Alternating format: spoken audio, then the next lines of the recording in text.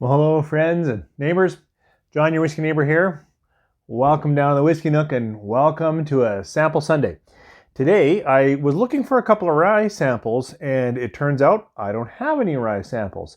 So I thought I'd go into the sample bag that Paul gave me and I found two pretty big bourbons that we're going to talk about. So this is Russel's Reserve. It's a store pick. I believe this one is from a Wine and Beyond. And then we're going to look at Wyoming Whiskey, a private stock, again, a store pick from Cork. So when we come back, a couple of big bourbons. I'm going to have a little warm-up dram. That's just the Russel's Reserve, the regular 10-year. And toast Dave for these incredible, beautiful Glencairns, turned by hand in hardwood. Wow. So when we come back, we'll talk a couple of samples. Cheers and see you in a moment. 3, 4.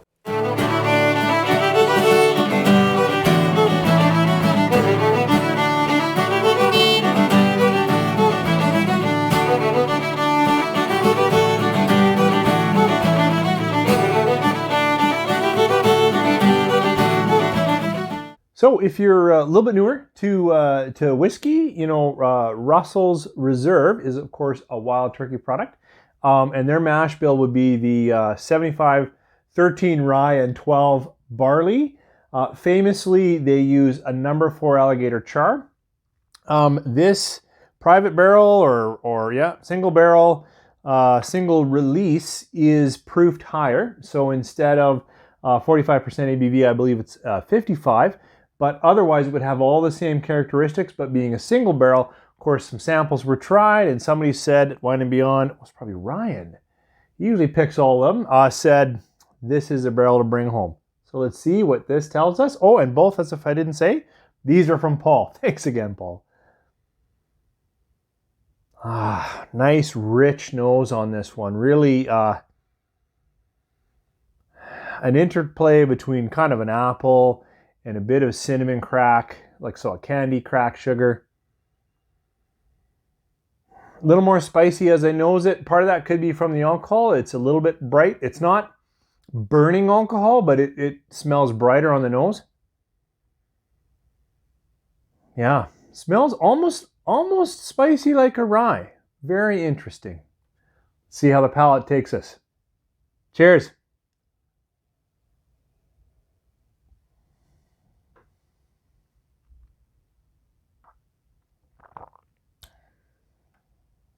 Wow, that is good.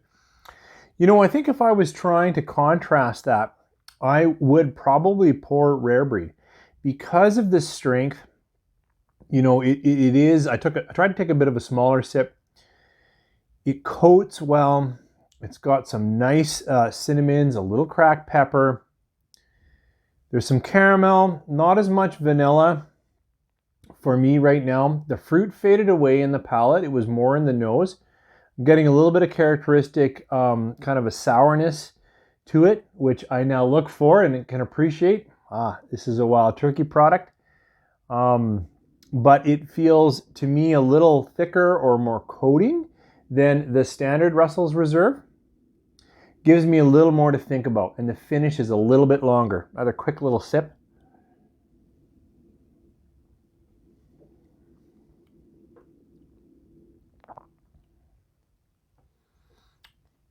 You know, that turned out to be even a little more different spices, some more baking, some darker spice, and actually got a little bit bitter. Not excessively, but there is a little bitterness.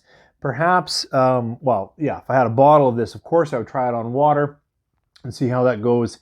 And it might back some of that off and maybe bring out some more fruit, because right now, at the full 55, I'm missing a little bit of fruit character that I kind of got on the nose and it went away in the palate. Really nice bourbon though. Really nice. Thank you for letting me try that. So, clear my palate. We'll try the other sample.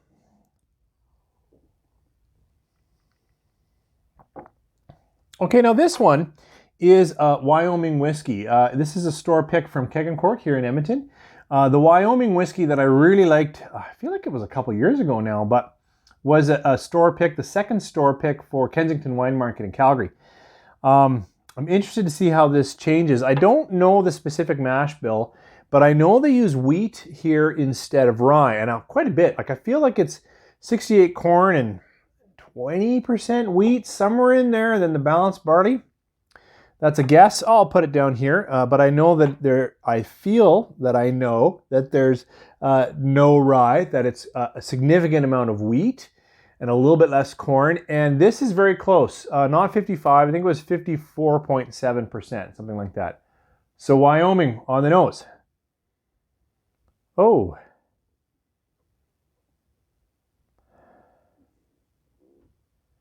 So this nose is very different.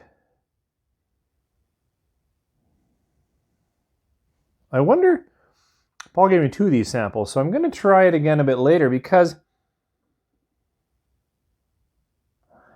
I have to say the nose on this one, and it really could just be my sample, is marker astringent. So we're talking, you know, that chemical paint fume, that, wow. Not how I recall the Wyoming store pick that I had from Kensington.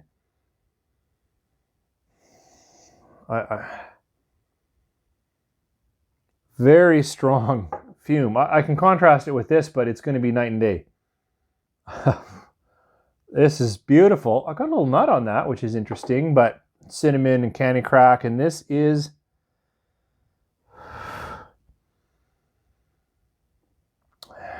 I'm going to carry on, but I'm going to say that I must have corrupted this somehow, or maybe my glass was not washed properly. Because I'm struggling getting at good whiskey notes. I'm just getting lost in ethanol and paint and that kind of thing. Try it on the palate.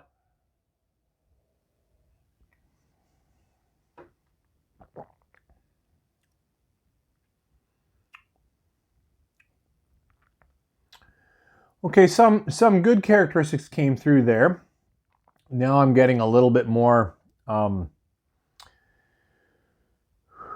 surprisingly not as strong in the palate, like not as burning. It's actually fairly smooth. Perhaps that's the higher wheat and less rye. It's a little creamier. Try another sip.